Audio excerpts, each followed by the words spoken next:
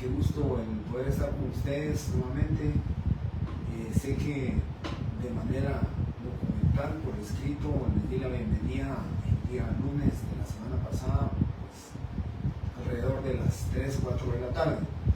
Les quiero comentar que por causas imputables única y exclusivamente a mi persona, el día lunes no pude darles la clase que correspondía. Por temas de salud se los comenté para los nuevos alumnos, pues no, creo que no estaban enterados, pero todos los que pues inician conmigo nuevamente este segundo semestre estaban enterados de una intervención que tuve. Desafortunadamente, pues el doctor me había dicho que en un mes yo ya estaba recuperado. Ya el martes de la semana entrante cumplo 2 meses de haberme operado y pues todavía voy en proceso de recuperación. Afortunadamente ya dejé el andador, afortunadamente ya también dejé las muletas el día de ayer, y entonces pues empiezo un nuevo proceso con el tema de mi bastón, y así pues primeramente Dios voy a recuperarme, voy a estar prontamente con ustedes. Les decía que pues por causas imputables a mí, el licenciado Giovanni Orellana siempre ha colaborado conmigo, me ha apoyado en los temas que yo les he solicitado, que yo le pido, y lamentablemente muy tarde le platiqué a él que el señor decano y las otras autoridades correspondientes me habían autorizado dar la clase virtual. Por consiguiente también tenían que autorizarle tanto al licenciado Orellana como a la licenciada Hernández, porque si no ustedes tenían que haber decidido o miraban la clase virtual o llegaban presencialmente. Por ese motivo fue que hablé con el señor decano, que me autorizó. Estoy pendiente de la fecha, pues primeramente Dios el 19 de agosto, aunque sé que me va a costar un poco, pero tengo toda la esperanza de estar ahí con ustedes el lunes 19 de agosto. También me enteré de que ya no tengo que subir hasta el 3er nivel, las 2 secciones están en el 2º nivel, pues eso es por lo menos una parte paliativa en el tema de la salud. Pero dicho esto, compañeros, solo les confirmo, ¿verdad? Hoy la licenciada Hernández les dará también de manera virtual. El día lunes y viernes de la próxima semana nos correspondía también la semana virtual, entonces no tenemos ningún problema. La siguiente semana, del 5 al 9 de agosto, les comenté, el 5 de agosto solo va a haber un cambio que el licenciado Orellana me solicitó. Y pues lógicamente a los dos nos viene inconveniencia, ¿verdad? La solicitud de él es que el día lunes él va a dar la clase a las 2 secciones, por favor tomen nota, el día lunes 5 va a dar la clase a las 2 secciones a las 7 de la noche. Y yo voy a dar la clase, ahorita les explico, de 6 menos cuarto a las 7 menos 5, 7 menos 10 del día lunes 5 de agosto a las 2 secciones. De tal manera que a las 2 secciones prácticamente en la primera hora daré yo y en la segunda el licenciado Giovanni Orellana. El día 9 de agosto la licenciada Hernández también me va a apoyar en el sentido de que dará su clase de manera virtual. La siguiente semana es ya también de manera virtual, y el día 19 de agosto, primeramente Dios, yo ya me voy a sentir un poco mejor, ¿verdad? Eso les he pedido mucho a Dios, y entonces ya podré estar compartiendo con ustedes nuevamente las aulas de la facultad. Dicho esto, compañeros, no quiero entrar a mayor tema, no quiero explicarles mayor cosa de esto, ¿verdad? Creo que era el día lunes para hablar del programa, para hablar de algunos aspectos importantes. Entonces hoy sí quiero entrar ya de lleno, porque estoy seguro que dentro de un par de semanas nos van a venir ya los primeros parciales, y yo quiero pues por lo menos que ustedes estén ya atentos con respecto a qué es lo que van a tener que estudiar. Una sugerencia para los compañeros que sí creo que van a ser un poquito más de 100. He estado viendo que en mi Facebook me han solicitado y he llevado tenía 601 miembros el último día de mayo, y ahorita se me ha incrementado, llevo 714 miembros. Por supuesto no todos van a ser estudiantes, pero pongamos un promedio de unos 90 alumnos que son estudiantes, son 90 alumnos que vienen de otras secciones. Solo quiero sugerirles algo, que soliciten mis copias, soliciten a los compañeros información con el tema, porque creo que es un proceso muy importante el continuar y hacer el seguimiento con el profesor que les dio notariado 1, para que ustedes puedan entender con mayor facilidad. No les estoy diciendo que no van a entender, pero para que ustedes puedan entender con mayor facilidad el tema de derecho. Derecho Notarial 2. Les comento que mi sobrina quiso pues, iniciar el primer semestre conmigo, no pudo y se pues, quedó en otra sección. Y este domingo que ya venían las asignaciones, o el domingo antepasado, me platicó y le dije que mejor continuara con su profesor, porque iba a continuar ella con la secuencia como venía estudiando y ese proceso de aprendizaje. Afortunadamente pues me hizo caso, se quedó con el profesor, porque yo creo que nosotros los profesores, para los alumnos que fueron mis alumnos el semestre pasado, pues vamos a ir viendo y les voy a ir haciendo los recordatorios de lo que hablamos del protocolo, de lo que hablamos de los datos individualizantes de las personas. Entonces, solamente esa es mi sugerencia. Otro fenómeno que tengo, pero ya me explicaron, es que tengo pocos alumnos en la sección D, tengo 140 alumnos en la sección D, tengo 180 alumnos en la sección C, pero me informaban el fenómeno que me parece que todavía no ha sido la asignación extemporánea. En la asignación extemporánea se nos va a aumentar un poquito el número y la cantidad de alumnos, entonces pues yo ya estaré atento para este fenómeno. Se los comenté, hay profesores que tenían 150, 190 alumnos en cada sección el semestre pasado y pues hoy estuve ahí metiéndome, ¿verdad?, para informarme y se quedaron con 50 y 40 alumnos por sección.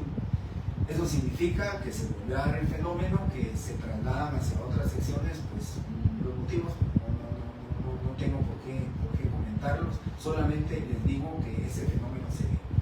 La baja de estudiantes también, compañeros, también se debe, estoy casi seguro, fueron 116 más o menos los que se quedaron sin zona mínima en ambas secciones, también fueron varios alumnos los que perdieron su examen final.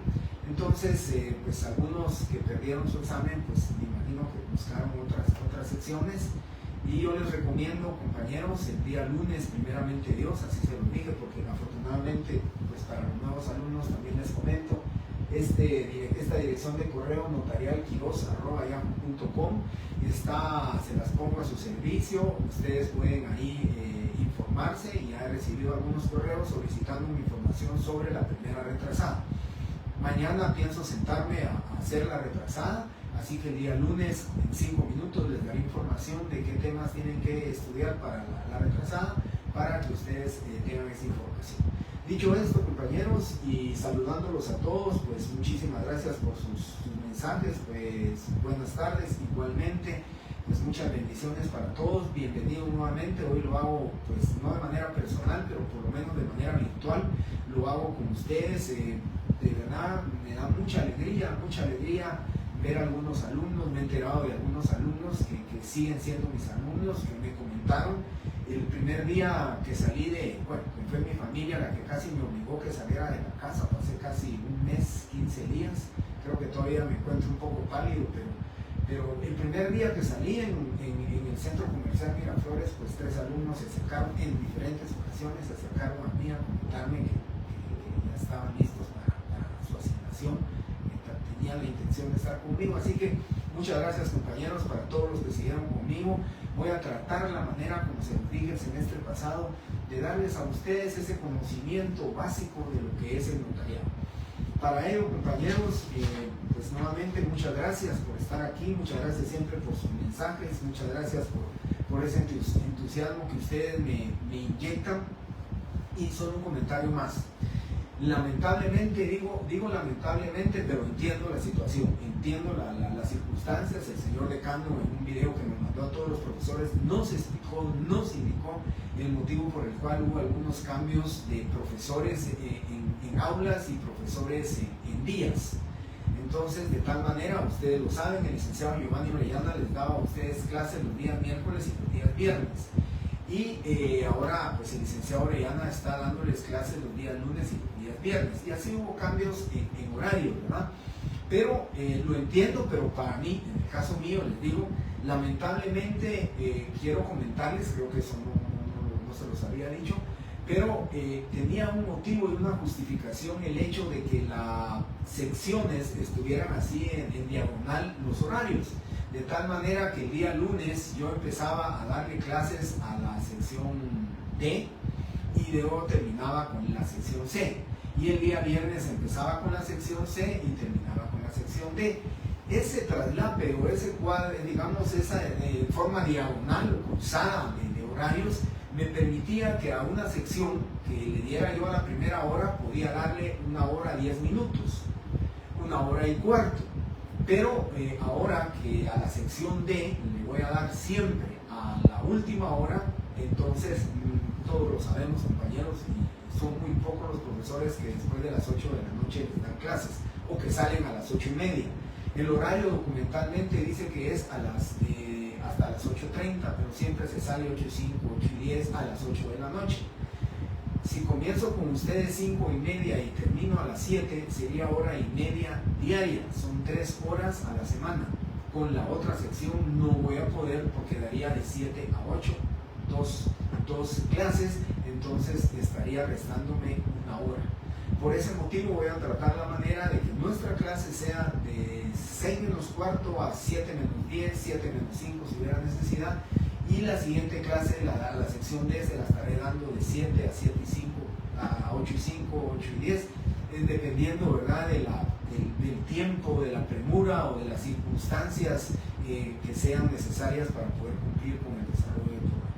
Así que, dicho esto, compañeros, nuevamente muchísimas gracias a todos compañeros, de verdad les agradezco sus mensajes, les agradezco sus deseos y les agradezco más que todo a Dios y a ustedes también que hayan continuado conmigo, que hayan vuelto a asignarse conmigo, porque eso me motiva y me entusiasma de que es un proceso de aprendizaje que definitivamente para noviembre lo estaremos terminando, y el otro año pues yo les estaré consultando y preguntando cómo les va en su voluntariado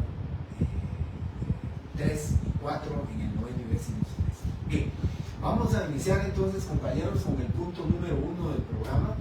Ya estamos en el curso de Derecho Notarial 2.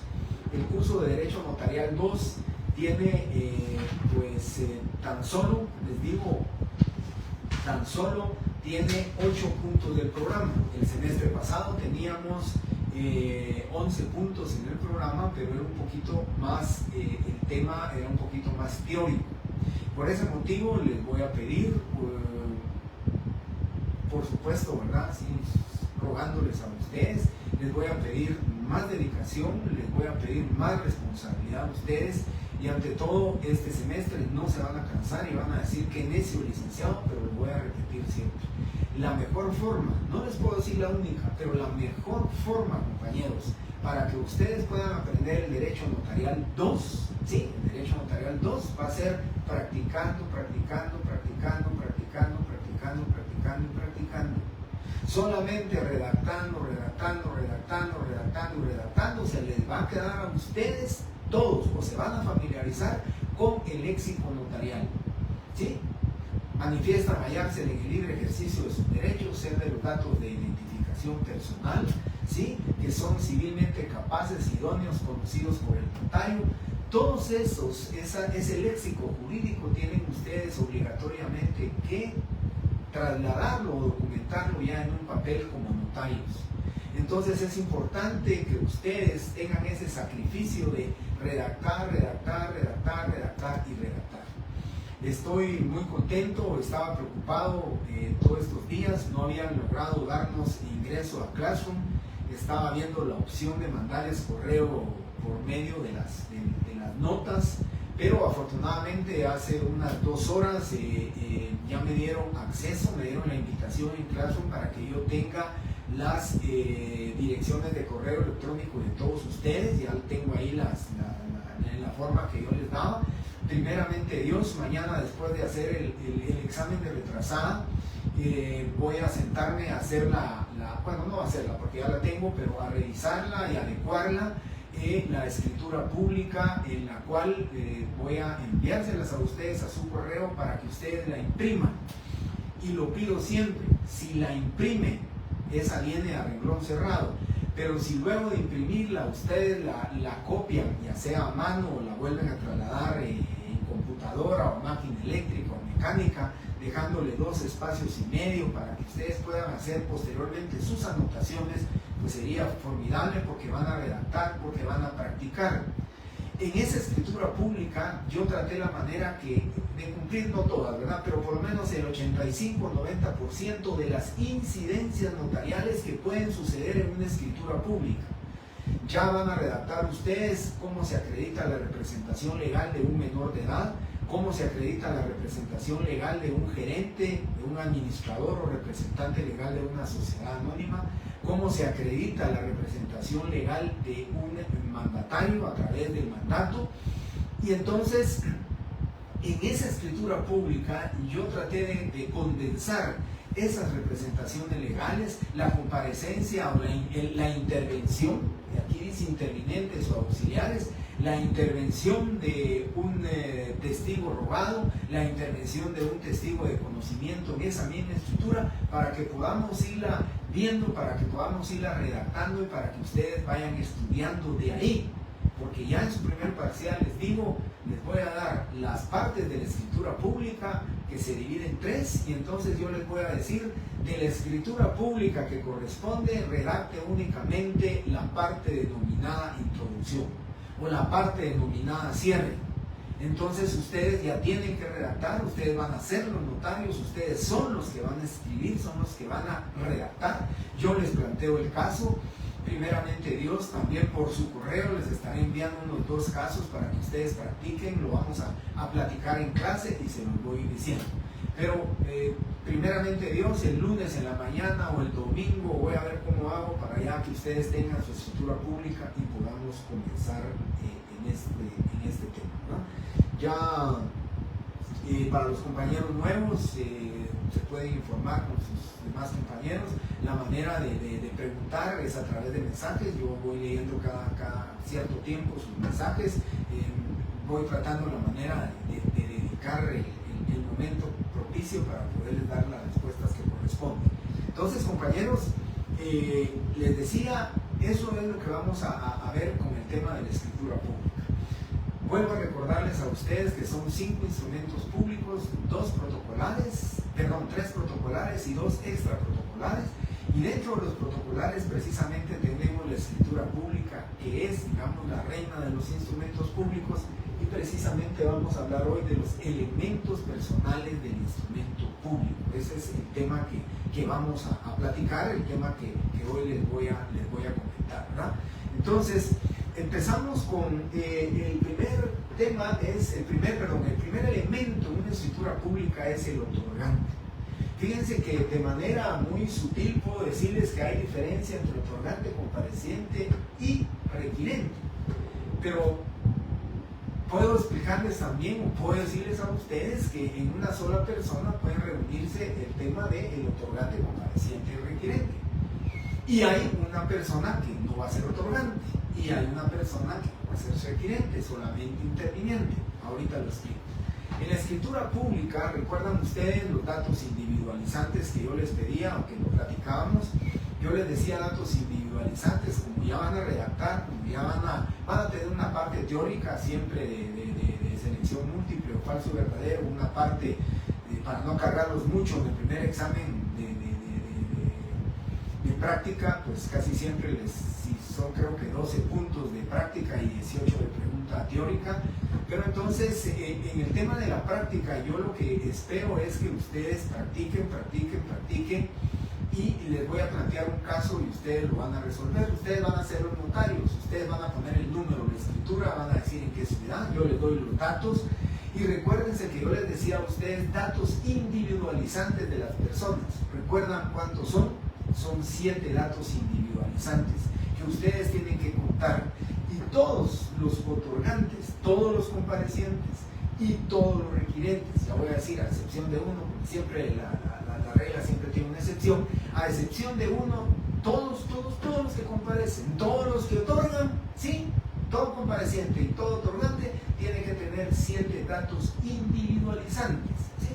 Y sus datos individualizantes, recuerden que lo establece el artículo 29, cuando dice nombres y apellidos completos, cuando dice edad, cuando dice estado civil, cuando nos dice también el domicilio, cuando nos dice la profesión, oficio o comercio, y la forma de identificar a las personas. ¿Cómo la identificamos? Diciendo persona de mi conocimiento, porque yo la conozco, o por medio de documento personal de identificación, o por medio de dos testigos de conocimiento, o sea, dos testigos que sean conocidos por el notario, que es o son auxiliares del notario, que van a auxiliar al notario en ese momento.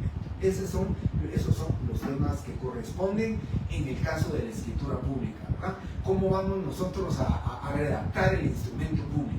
Ya van a ver ustedes que si redactan y practican les va a gustar, la práctica les va a gustar, ustedes mismos se van a poner el desafío de que no se les olviden los 7 datos.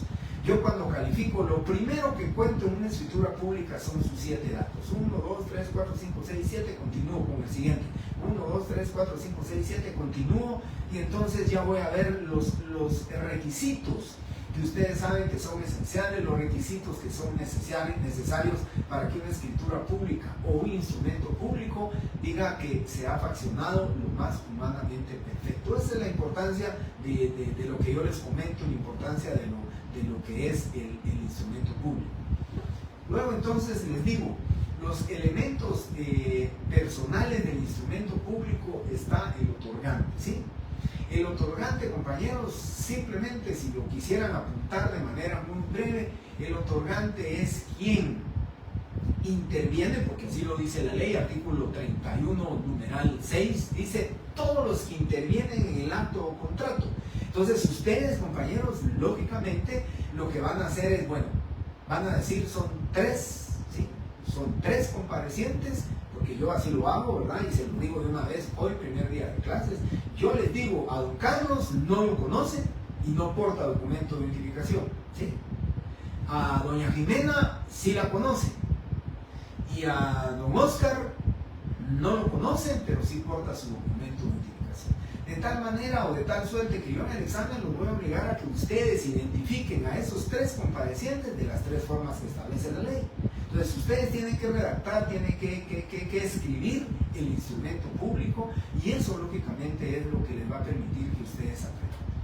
Yo con el tema, y lo vuelvo a repetir, con el tema virtual, y lamentablemente a mí me gusta más lo presencial, pero por mi tema de ahora, por eso espero regresar el 19, pero yo les digo a ustedes, compañeros, cuando estaban en temas virtuales era mucho más fácil para el compañero agarrar la escritura que yo les mandé, la tomaban y entonces con base en eso hacían su examen. Ahora no van a tener ustedes esa dicha, no van a tener ese beneficio. Tienen que redactar y redactar para que se les quede, y cuando yo les plantee el caso concreto empiezan a escribir y empiezan a decir, empiezan entonces a un otorgante.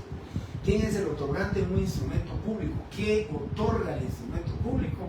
Es quien se obliga dentro del contrato contenido en la escritura pública. Todo otorgante es quien se obliga, es el obligado del instrumento público, ¿sí? Entonces, si quieren de manera muy sutil, ¿verdad? Vamos a decir las diferencias, pero de manera muy breve pongan simplemente, el otorgante es quien se obliga dentro del instrumento público. Ese es el otorgante, ¿sí? ¿Quién se está obligando dentro del instrumento público? El que otorga, ¿sí? Entonces comparece don Juan Carlos López Mirón, ¿sí? De tantos años de edad, soltero, guatemalteco, comerciante de este domicilio, se identifica con el documento personal. Él es otorgante porque es el vendedor, se está obligando. ¿Sí? ¿A qué se obliga? A entregar la cosa vendida. ¿A qué se obliga? Al saneamiento de ley. ¿Sí? Entonces hay obligación por parte de él. Y por la otra parte comparece doña Juana Jimena Dolores Echeverría de Máteres, ¿sí? Y entonces ella también sus otros 6 datos individualizantes aparte de su nombre, ¿verdad? Y entonces también la van a identificar, y ella la identifica y la relacionan y la distinguen ustedes, ¿sí? Le dan la brillantez de otorgante. ¿Por qué también se obliga? ¿Cuál es la obligación del comprador? La obligación del comprador es entregar la suma de dinero, la cantidad por la cual se fijó el precio. Esa es la obligación del comprador. Entonces se obliga. Y no digamos, si la compraventa fuera por abonos con un plazo determinado, ahí lógicamente ¿qué va a pasar? se obliga a la persona a hacer pagos, abonos durante un año, durante 5 años. Hay una obligación, ahí entonces doña Juana, ¿sí? Y don Juan Carlos, son otorgantes. Bueno. Y luego, si no tienen algún comentario o alguna pregunta, pues les pido a ustedes, si no tuvieran algún comentario, pues continuamos con esto para que ustedes vayan viendo la diferencia. Y luego, compañeros, vengo con el tema del compareciente. El compareciente es aquella persona que por figurar, que por ser documentado su nombre, su edad, su estado civil, su profesión, oficio, su domicilio, su forma de identificarse, por esa tan sencilla razón es compareciente, porque comparece y porque interviene, pero no se obliga. Él no está obligado a nada, no tiene ninguna obligación, ¿sí? No tiene ninguna responsabilidad. ¿Y ese quién es? El intérprete. Ese es un compareciente. Él comparece pero no se obliga. Él simplemente lo que está haciendo es que traducir del idioma inglés al idioma español, del idioma francés al idioma español. Eso es lo único que hace, pero no se obliga, no tiene responsabilidad, no está contrayendo ninguna obligación, ¿sí? Ni adquiriendo derechos tampoco. Simplemente es un auxiliar, compareciente. Y también los testigos, ¿verdad? Los testigos auxilian, los testigos apoyan al notario. No se obligan, no tienen ninguna obligación, ¿sí? No contraen obligaciones, tampoco adquieren derecho, simplemente son auxiliares del notario, ¿sí? Bien, Gaby Madrid, los 7 datos individualizantes que ustedes van a señalar, ¿no? Dice, numeral 2 del artículo 29, los nombres, apellidos, edad, estado civil, nacionalidad, profesión, oficio o comercio, es un solo dato individualizante, domicilio de los otorgantes, ¿sí? Y la forma de identificarlos, ¿sí? Contemos. Los nombres, 1. Edad, 2. Estado civil, 3. Nacionalidad, 4. Profesión, 5. Ahí. Domicilio de los otorgantes, 6. Y la forma de identificarlos, 7. Esos son los 7 datos que yo miro.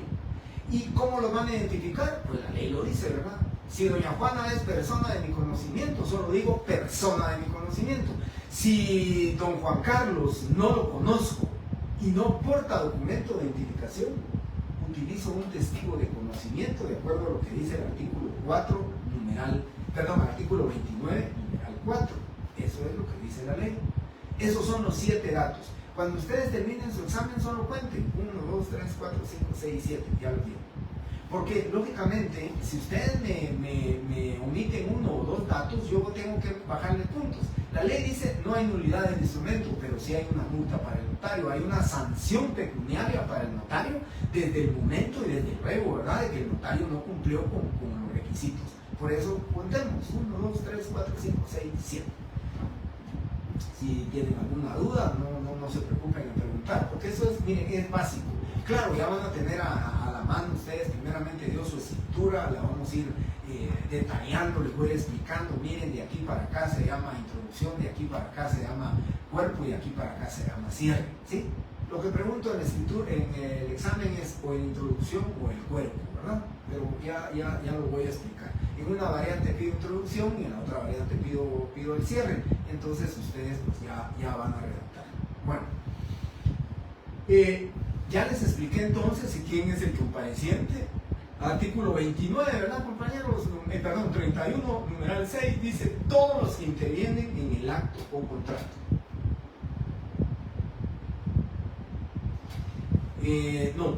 Jesús Argueta, gracias por su pregunta.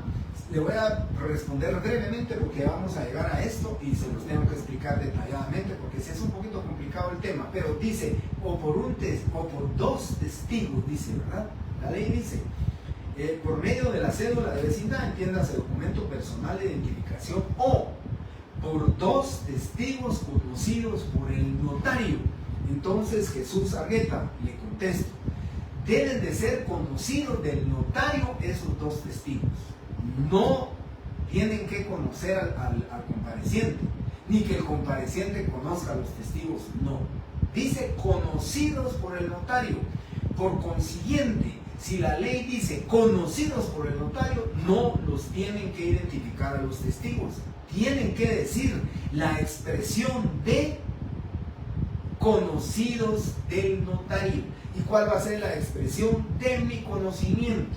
Y pues me adelanto, por eso le agradezco la pregunta, pero se me adelantó un poquito, pero estuvo bien la pregunta.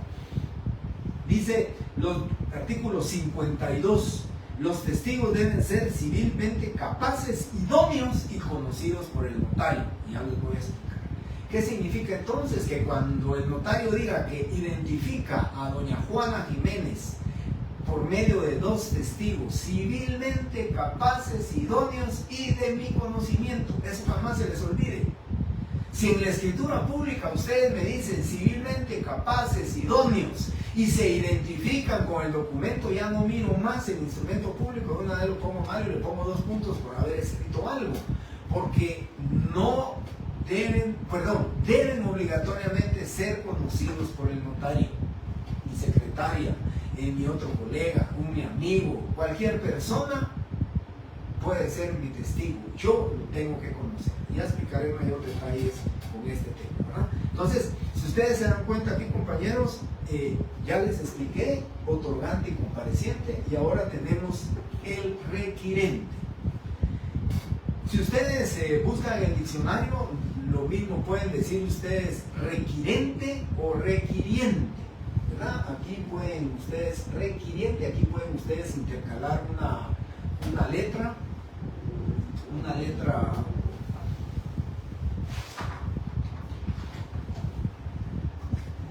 Aquí pueden ustedes intercalar una letra ahí, si quisieran, ¿verdad? O sea, fuera el caso, pueden ustedes pues ponerle ahí la letra requiriente o requirente, como ustedes quieran.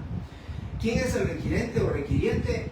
Como estamos hablando del instrumento público en general, no dije escritura, dije interviniente. Si estoy hablando en términos generales, el instrumento público, el requiriente o requirente es más elemento personal utilizado en el acta notarial, ¿sí? En el acta notarial dice: soy requerido de mi actividad o de mi función notarial con el objeto de hacer constar lo siguiente. Manifiesta el requiriente o el requirente encontrarse en el libre ejercicio de sus derechos civiles y que por este instrumento público, acta notarial, declara bajo solemne juramento prestado de conformidad. Esa es una declaración en contenido en un acta notarial. Entonces viene el notario y dice, comparece, ¿verdad?, el requirente. Por eso en actas notariales le vamos a denominar requirente, y en escrituras públicas le vamos a denominar otorgante y compareciente. ¿Cómo diferencian ustedes al otorgante? Quien se obliga, ¿verdad? ¿Cómo diferencian al compareciente? Pues está documentado, comparece, lo identificamos, pero no se obliga, simplemente colabora, auxilia, apoya al notario, pero no tiene ninguna obligación, no contrae derecho, no contrae obligación alguna, ni adquiere derecho también, ¿sí? Eso es el tema que les estoy platicando entonces de lo que es otorgante, compareciente y requirente. ¿Tienen ustedes alguna pregunta, compañeros? Es el momento que lo pueden hacer. Si no tienen preguntas, voy a continuar porque esto es muy importante. Si tienen escritura el lunes, van a ver ustedes, ahí les voy a decir, subrayen con verde, es el testigo de conocimiento. Subrayen que es con amarillo, porque este es el testigo a ruego. Y el testigo instrumental, que ya lo voy a explicar también, ¿verdad? Bien, Iván Sánchez se pide que repita lo de requirente. Puede ser requirente o puede ser requiriente. Aquí podemos poner una I y entonces decimos requiriente, o podemos decir requirente. Busquen ustedes en el diccionario y de manera digamos, lo pueden utilizar ustedes como requirente o requiriente. Está la palabra sustitución también, ¿verdad? Que pueden utilizarla como solo sus, S-U-S, o substitución con una B antes de la S, de la segunda S. Entonces pueden utilizarla ustedes indistintamente, ¿verdad? Aquí pueden decir requirente o requirente. Y les decía, para contestarle a Iván, que el tema del requirente o del requiriente es utilizado como elemento personal de las actas notariales, del instrumento público que va fuera del protocolo, del instrumento público extraprotocolar, del instrumento que no se fracciona en protocolo. Entonces es acta notarial, y a esa acta notarial el que comparece, el que se le documenta, ahí se le denomina requirente. ¿Por qué? Por el principio de rogación, porque ruega al notario, porque requiere al notario, ¿verdad? El requerimiento que le hace al notario para que cumpla con su función.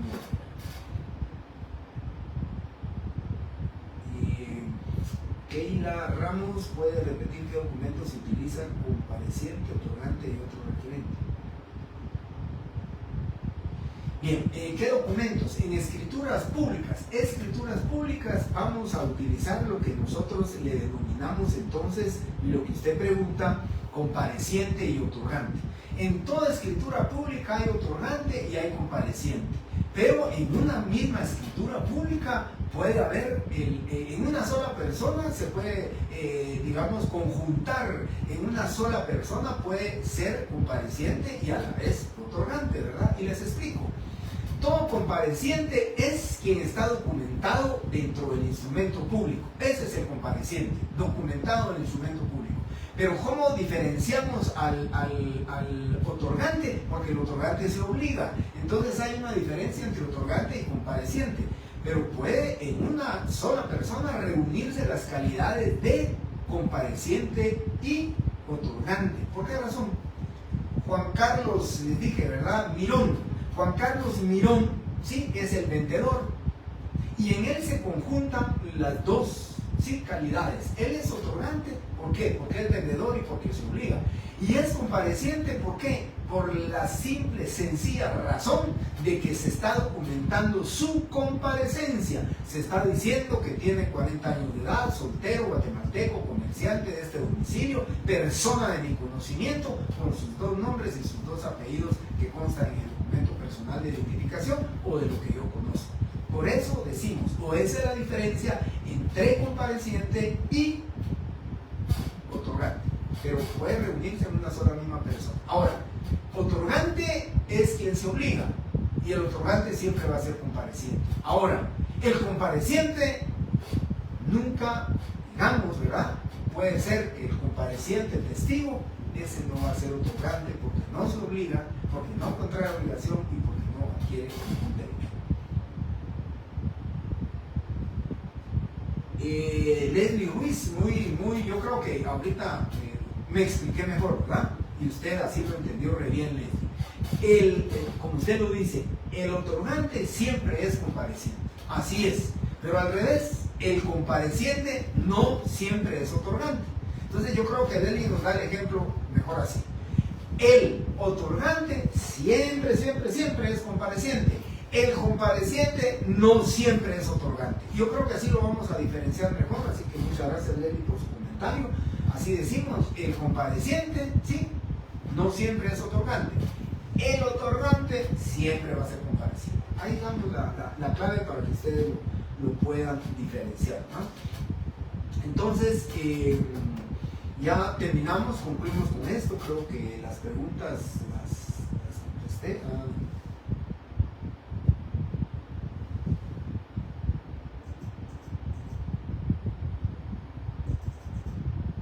Bien, perdón, Jesús Argueta también había preguntado y respondo a Jesús Argueta. Entonces, un requirente nunca aparecerá dentro de una escritura pública en ningún momento.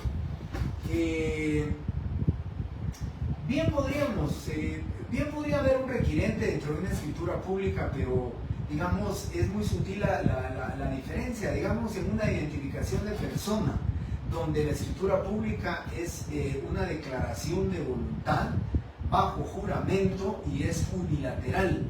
Entonces ahí sí podemos decir que el requirente, ¿verdad? Porque realmente no se está obligando desde el punto de vista contractual. Recuérdense que el acta notarial y la escritura pública, aparte de un montón de diferencias que ahora vamos a ver más adelante, la escritura pública y el acta notarial se diferencian, ¿sí? Por excelencia, así, que en la escritura pública pueden haber relación contractual, una relación negocial, hay contratos, mientras que en el acta notarial no pueden haber o no puede existir un contrato en un acta notarial. En el acta notarial solamente se hacen notar hechos, circunstancias que le consten y que el notario haya visto. Eso es lo que pasa. Entonces, cuando es una declaración unilateral contenida en escritura pública, pues se entiende que ahí no va a haber una obligación contractual. No me estoy obligando contractualmente, solamente estoy diciendo que Jorge Mario Álvarez Quirós y José Mario Álvarez Quirós y Carlos Mario Álvarez Quirós identifican a una misma persona con esos nombres relacionados. Entonces puedo decir, el requirente me manifiesta, ¿verdad?, bajo solemne juramento prestado de conformidad con la ley, advertido las penas relativas al delito de perjurio, que los nombres de Jorge Mario, Carlos Mario y José Mario Álvarez Quirós identifican a una misma persona. Punto. Ahí hay requirente. Ahora, cuando hablamos de una escritura pública, que hay contrato, hay una relación negocial, definitivamente, compañeros, ahí tenemos que hablar de esta diferencia, otorgante y compareciente. ¿Sí? Así que ya le contesté a Jesús. Después viene Jaira Michelle, dice, los datos individualizantes. Al momento de identificar de mi entero conocimiento se coló el quid. Bien, yo creo, Yajaira, que, y yo se lo digo, ¿verdad? Siempre he pensado académicamente, y discúlpenme que ahora no lo puedo hacer, ¿verdad? Pero se recuerdan que cuando yo me paraba del lado izquierdo les hablaba como profesor, y cuando me venía a parar del lado derecho yo les hablo como notario que ejerzo mi profesión, ¿verdad? Y cuando me pongo aquí en medio les decía, miren, aquí soy neutral, ¿verdad? Pero en este momento, y como me pregunta Yajaira, ¿verdad? Yo me pongo aquí como profesor y como profesor yo les enseño y les digo, miren, hay tres formas de identificar a las personas. Por medio de persona de mi conocimiento o la dación de conocimiento, por medio del documento personal de identificación o por medio de dos testigos que sean conocidos por el notario. Pero miren lo interesante que dice el artículo 29, numeral 4. O por ambos medios, dice, o por ambos medios cuando así le estime conveniente. O sea, que puede decir persona de mi conocimiento e identificarlo por medio de dos testigos, o decir persona de mi conocimiento e identificarlo con el juez, o decir lo identifico con el documento personal de identificación y además con los testigos de conocimiento. Eso lo puede hacer el notario. Yo enseño y explico que persona de mi conocimiento, yo lo dije en clase, compañeros, y lamentablemente pues ya mi mamá falleció el año pasado en diciembre, entonces ya eso ya no me cabe, pero yo decía que a la única persona que yo me atrevería a ponerle persona de mi conocimiento es a mi mamá, pero como ya no está, ni legalmente lo podría hacer porque no puedo, el artículo 77 me lo prohíbe, entonces yo no podría decir persona de mi conocimiento. Ahora, un compadre, un gran amigo, ustedes les ponen que sepa algo de leyes o conozca y ustedes no les ponen persona de mi conocimiento, puede ser susceptible de que se moleste, ¿verdad? Y no me conoces a mí, pues si no tenemos 25 años de hablarnos, ser amigos. Entonces, si ustedes quieren, le ponen persona de mi conocimiento y lo identifico por medio del documento personal de identificación. Yo enseño que debe ser de una sola manera, ¿verdad? Pero si ustedes quieren ponerlo, me atrevo a decirles que lo que está de más y digamos va a reforzar y fortalecer jurídica y legalmente al notario, pues que lo haga, ¿verdad? Persona de mi conocimiento, a quien identifico por medio de dos testigos civilmente capaces, idóneos y de mi conocimiento, y además con el documento personal, por los tres medios lo puedo hacer, eso no es problema. Pero en su examen yo sé que por el tiempo y todo no me van a poner los tres, ¿verdad? Ni les voy a pedir que a una persona lo identifiquen por dos o tres medios. Yo voy a pedir que identifiquen a don Carlos por un medio, a doña Juana por otro medio y a don Oscar por otro medio. Eso sí, porque quiero saber si ustedes me dan. Pero esa es la diferencia. Sí que lo pueden hacer, ¿verdad? Con CUI y yo creo que eso de que se le coló está bien, ¿verdad? Lo puso, no hay problema. No hay ningún problema, ni omisión de requisitos, ni de exceso de requisitos, no hay ningún problema. Bien. Luego tenemos el tema de los intérpretes, ¿verdad? El tema del intérprete, ya si no hay preguntas de los elementos personales, nos vamos a los intérpretes. estos son intervinientes o auxiliares. ¿Cuándo decimos intervinientes? Porque intervienen en el acto o contrato, pero no se obligan, ¿verdad? Entonces, no son ni comparecientes, son comparecientes simplemente porque intervienen, ¿sí? Pero no son otorgantes. Ellos no pueden ser otorgantes porque no se están obligando, ¿sí? El compareciente, lo dijo la compañera, Leslie, creo que no, sí. Leslie lo dijo, ¿verdad? O sea, todo, así resumimos, ¿verdad? Todo otorgante es compareciente, pero no todo compareciente es otorgante. Y ahí tenemos la respuesta. Angie dice todo otorgante es compareciente, pero no todo compareciente es otorgante. Correctamente, Angie, así lo dijo Leslie, así lo está usted diciendo correctamente. Keila Ramos, gracias, licenciado. Leslie Ruiz, entonces el otorgante siempre es compareciente. Correctamente, Leslie, así es.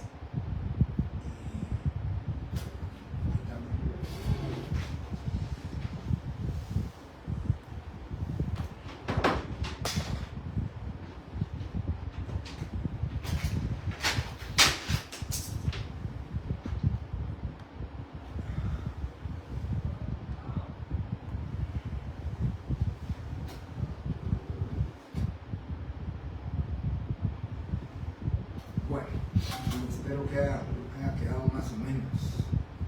Ahora me cuesta un poco, pero voy a ver si lo logro.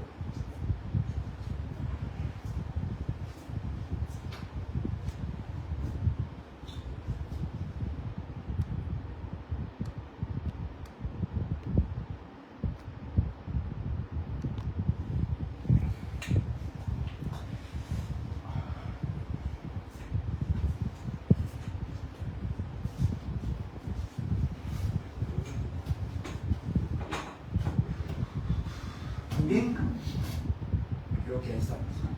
Leslie, Jaira, me alegro mucho que estoy recordando nombres. Keila, Leslie, ahí tengo otros compañeros que siempre contestan, el compañero Agueta, que siempre han estado en la clase. Ya me iré recordando algunos otros de los nombres conforme ustedes van escribiendo. Bueno, entonces, compañeros, quiero dar por terminado esta parte de aquí. Espero que ya ustedes lo tengan bien, digamos, estudiado en este momento, que se les haya quedado bien comprendido, porque va a ser importante. Cuando vean ustedes la escritura es un poquito larga y se van a atormentar, no se me atormenten. Practiquen y no se van a atormentar ustedes, porque se van a ir familiarizando ustedes con lo que tienen que hacer en la escritura pública, ¿verdad? Bueno, entonces ahora, compañeros, me voy a hablar de los intervinientes o auxiliares. Tenemos intervinientes y tenemos auxiliares, ¿verdad? Para mí el interviniente es porque está compareciendo, así lo dice el 31 y el artículo numeral 6. También es auxiliar, ¿verdad, compañeros? Son los auxiliares del notario, apoyan al notario. Entonces, quiero hablar de los intérpretes primero. Recuérdense algo muy importante de los intérpretes, que es un requisito esencial del instrumento público. El artículo 31 dice, 31 numeral 4, la intervención del intérprete cuando, ¿sí?, el otorgante ignore el español. Ese es un requisito esencial del instrumento público. Obligatoriamente, si comparece un italiano y no sabe el idioma español, pues definitivamente tiene que comparecer un intérprete, ¿sí? De preferencia debe ser traductor jurado, dice el artículo 29, numeral 6, dice la intervención de un intérprete nombrado por la parte que ignore el idioma español, el cual, de ser posible, deberá ser traductor jurado. Si el intérprete no supiera y no pudiera firmar, lo hará por él un testigo. Bueno, aquí en el tema del intérprete, compañeros, es importante, ¿verdad? Un italiano, un portugués, un coreano, un chino, un japonés, cualquier, digamos, nacional que no sepa el idioma español, que es el idioma guatemalteco, el oficial, entonces necesita de un intérprete, necesita de un traductor jurado. Fácil va a ser que encontremos nosotros, pues, traductor jurado del francés al idioma español, creo que también del idioma alemán, aún del idioma alemán, el portugués, pero hay idiomas que definitivamente no, ¿verdad? Y no hablemos solo de idiomas, hablemos de dialectos, ¿verdad? El dialecto es definitivamente circunstancia que también provoca la necesidad obligatoria de que comparezca un intérprete. Alguien que solo sabe man, pocomán, quechí, ¿sí? Quiché, los garífunas que no tienen digamos, ese es su lengua madre. Entonces, lógicamente, necesitamos de un testigo, de alguien que traduzca eso. Y, lógicamente, vamos a tener un intérprete. Yo estoy enterado, y me corrigen si no es cierto, pero sé que hay traductores jurados de lenguas maternas, ¿verdad? Y hay traductores jurados de quiché, de man, pocomán, de tantas lenguas maternas o vernáculas que existen, ¿verdad? Entonces necesitamos la comparecencia de los intérpretes. El intérprete debe comparecer, compañeros, y es obligatorio y es necesario. Ahora, si el italiano, si el coreano, si el portugués me dice, mire, yo tengo 10 años de vivir aquí en Guatemala, estoy con mi estatus migratorio correctamente y entonces yo sé hablar el español o el italiano, entonces hay que hacerlo constar, ¿verdad? El compareciente Martinelli, Fetucci, quien es de nacionalidad italiana, manifiesta, ¿sí?, hablar y entender perfectamente el idioma español. Con eso que ustedes hagan documentar en la escritura pública, se están relevando de su responsabilidad como notario, porque él va a leer y al final algo importante, ¿verdad?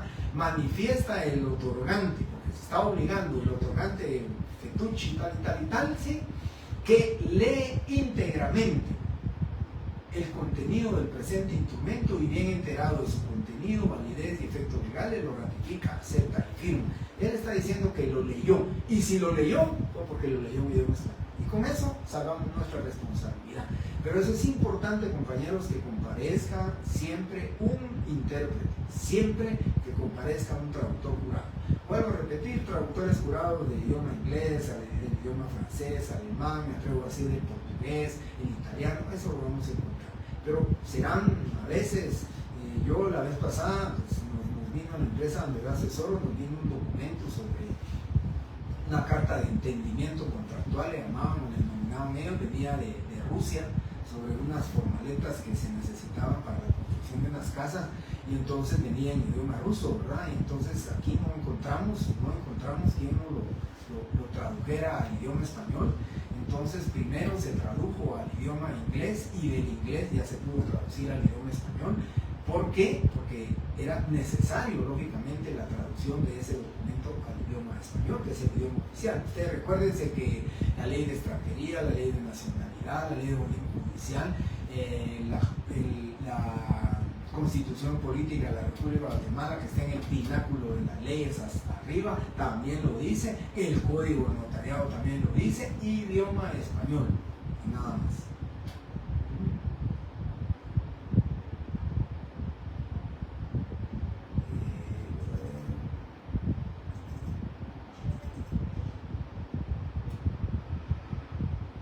Sí, el artículo del traductor jurado ya lo dijo OK, la verdad.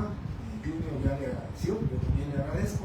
Entonces, para el traductor jurado, artículo 29, numeral 6, pero importante, ¿verdad? Porque yo en el examen sí les puedo decir, ¿verdad? Puedo afirmarles como falso o verdadero, ¿verdad? Y les puedo decir, la comparecencia o la intervención de un intérprete en el instrumento público es un requisito esencial del instrumento público, falso o verdadero. Pues es verdadero, ¿verdad? Porque la ley, artículo 31, dice que es requisito esencial la intervención de intérprete cuando el otorgante ignore el idioma español. Ahí está, pues. Y creo que de esto del intérprete, solo algo muy importante que quiero comentarles es: la ley prohíbe la dualidad de funciones, la dualidad de calidades en el tema del intérprete, ¿sí? Yo conozco varios colegas, varias amigas, amigos, notarios que hablan y escriben muy bien el idioma inglés, y por consiguiente la ley no les permite, sí, por el principio lógicamente de imparcialidad, por el principio contenido también en el artículo 77 del Código Notariado, que de alguna manera, haciendo extensiva la interpretación del artículo 77, simplemente se basa en ese principio de imparcialidad. El notario no puede tener la dualidad. Si yo sé el idioma inglés y quiero traducirlo al idioma español, lo que me vaya a decir don Peter Brinks, pues entonces yo desisto de ser notario y yo voy a comparecer en la escritura en mi calidad de traductor jurado o de intérprete. Pero si yo digo, mejor hago la escritura, yo quiero hacer escritura, pues me hago acompañar, me hago auxiliar, hago intervenir a un intérprete para que sea el intérprete quien comparezca y traduzca el contenido de la escritura pública al idioma español a la persona que no sabe o no el idioma español. ¿Sí?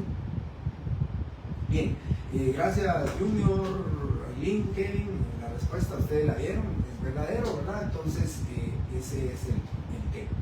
Bien, como ya platicamos de lo que es el intérprete, si no tienen alguna pregunta con el tema del intérprete, yo les soy sincero. En la escritura pública, a pesar de que al inicio, cuando introduje esta clase, les dije que había tratado de meter todas las incidencias, ¿sí? Todas las incidencias notariales, en un 90% están ahí todas, ¿verdad? Puse testigo de conocimiento, testigo rogado, puse cómo se acredita la representación legal de un mandatario, de un gerente, de un menor de edad. Yo en el examen les voy a decir, mire, don Carlos comparece en representación de sus 2 hijos menores de edad, tienen ustedes que acreditar representación. Entonces, yo lo que en esa estructura no hay comparecencia de intérprete, no hay comparecencia. Yo les quiero comentar, y no porque sea mi caso, porque si fuera solo mi caso diría ya hay 40 y acaban de enseñarme un carnet de la semana pasada del Colegio de Abogados, 42.482 el número de colegiado. Entonces yo les puedo decir, no lo hablo en mí, pero de mi persona, sino que sí les puedo decir la experiencia. Muy pocas veces hay comparecencias de intérpretes, hay intervención de intérpretes, muy pocas veces. Por eso no, yo se los digo, de mis 38 años de ejercicio profesional, una tengo con la comparecencia de un intérprete, de un traductor jurado del idioma inglés al idioma español. Esta persona que otorgaba un instrumento público, un contrato, de verdad no sabía absolutamente nada de idioma español. Él sí no, creo que si mucho podía decir adiós o tal vez buenos días y se acabó y ahí. Entonces es la única vez que yo he tenido, y por eso creo que no es tan relevante o importante la comparecencia de un intérprete, ¿verdad? Pero ya se lo manifesté, ya les dije a ustedes cómo comparece, cómo interviene el intérprete en un instrumento público. Bien, entonces compañeros, solamente voy a introducir un poquito más para que tenga tiempo yo preparar mi segunda clase.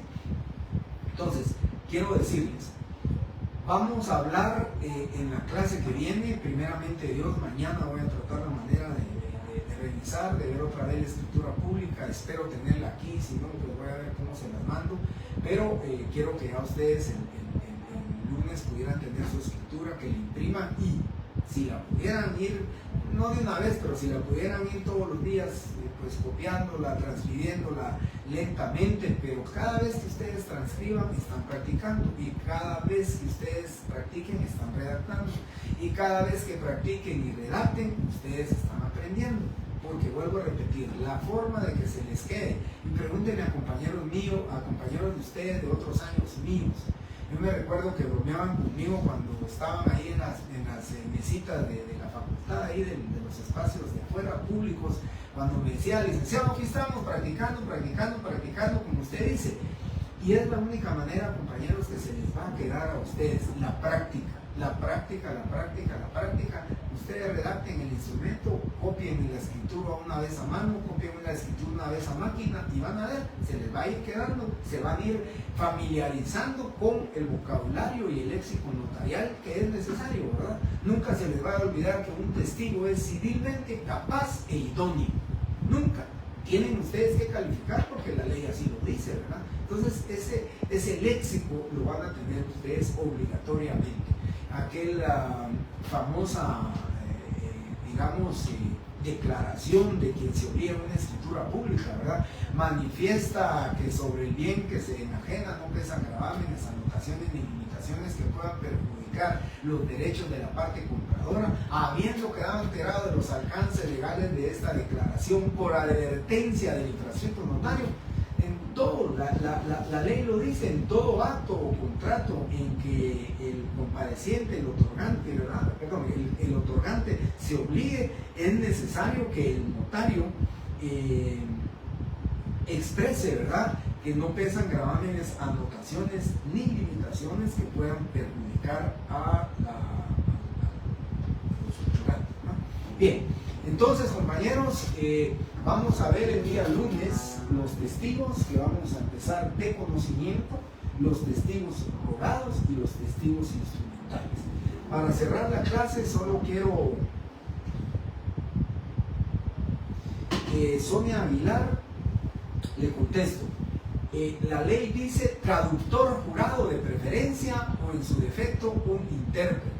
El intérprete no está calificado como traductor jurado. El intérprete es alguien que en el instrumento público va a declarar bajo juramento que él conoce el idioma inglés y que va a traducirlo al idioma español. Eso lo declara bajo juramento. Ahora, el traductor jurado es alguien que llevó sus estudios relacionados con la traducción, ¿verdad?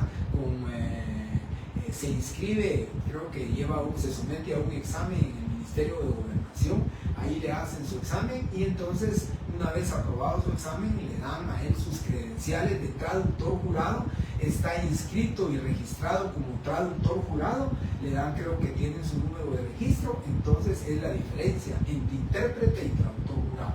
Para mí, si ustedes quieren entenderlo así, el traductor jurado pues, estudió, el traductor jurado se preparó, el traductor jurado tiene una credencial que lo acredita como tal, y el intérprete pues simplemente así de manera pues llamemos circunstancial conoce el idioma y lo va a hacer, ¿verdad? Llamémoslo así, empíricamente va a traducir o va a interpretar el idioma, cualquier otro idioma al idioma español. Bien, bueno, para terminar ya la clase, compañeros, solo quiero introducir lo de los testigos con la lectura del artículo 51 y su explicación. Aquí estamos hablando ya de testigos, estamos hablando de auxiliares, estamos hablando de intervinientes, ¿sí? Estamos hablando de eso. Dice artículo 51, por favor, tomen nota. De aquí puedo tener una bonita pregunta, ya se me ocurre. El notario podrá asociarse, dice podrá, fíjense que dice podrá, no deberá. El notario podrá asociarse de testigos instrumentales en los actos o contratos que autorice. Estos son los testigos instrumentales. En los actos que autorice, cualquier contrato, cualquier acto que autorice, el notario puede utilizar un testigo instrumental, ¿sí? Si él quiere. Pero si se tratare de testamento o donación por causa de muerte, está obligado. Aquí cabe la palabra deberá, ¿sí?, asociarse de los testigos que exige la ley. Entonces la ley establece, la ley dice, ¿sí?, que el notario puede asociarse de testigos instrumentales, ¿sí?, cuando él quiera. En una escritura de compraventa, pues quiere asociarse, o imagínense ustedes que me dice el comprador, mire, yo quisiera que mis dos compadres sean testigos de que yo estoy comprando mi casa. Pues son testigos instrumentales, simplemente van a hacer que intervinientes van a auxiliar al notario en que la expresión y el contenido del mismo en el instrumento público fue lo que se detalló, lo que se consignó, lo que se documentó, lo que se escrituró, lo que se fraccionó en la escritura pública. Eso es el testigo instrumental, pero obligatoriamente en los testamentos y donaciones por causa de muerte. ¿Por qué razón? El artículo 42 del Código Notariado dice: la escritura pública de testamento, además de las formalidades generales, contendrá las especiales siguientes: la presencia de 2 testigos que reúnan las calidades de esta ley. Eso significa testigos instrumentales. ¿Sí? Dice la ley. Y luego dice el artículo 43: las escrituras de donación por causa de muerte contendrán las mismas formalidades que el testamento. Significa que también deben de contener 2 testigos, y por eso dice la ley, ¿verdad? Por eso dice la ley que en el caso de testamento y donaciones por causa de muerte son obligatorios los testigos instrumentales. Con eso doy la introducción de los testigos, con eso empiezo a dar la diferencia entre lo que es un instrumental, un rogado y uno de conocimiento. ¿Sí?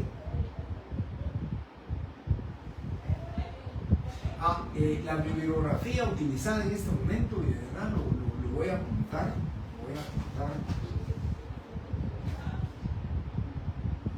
para la otra sección.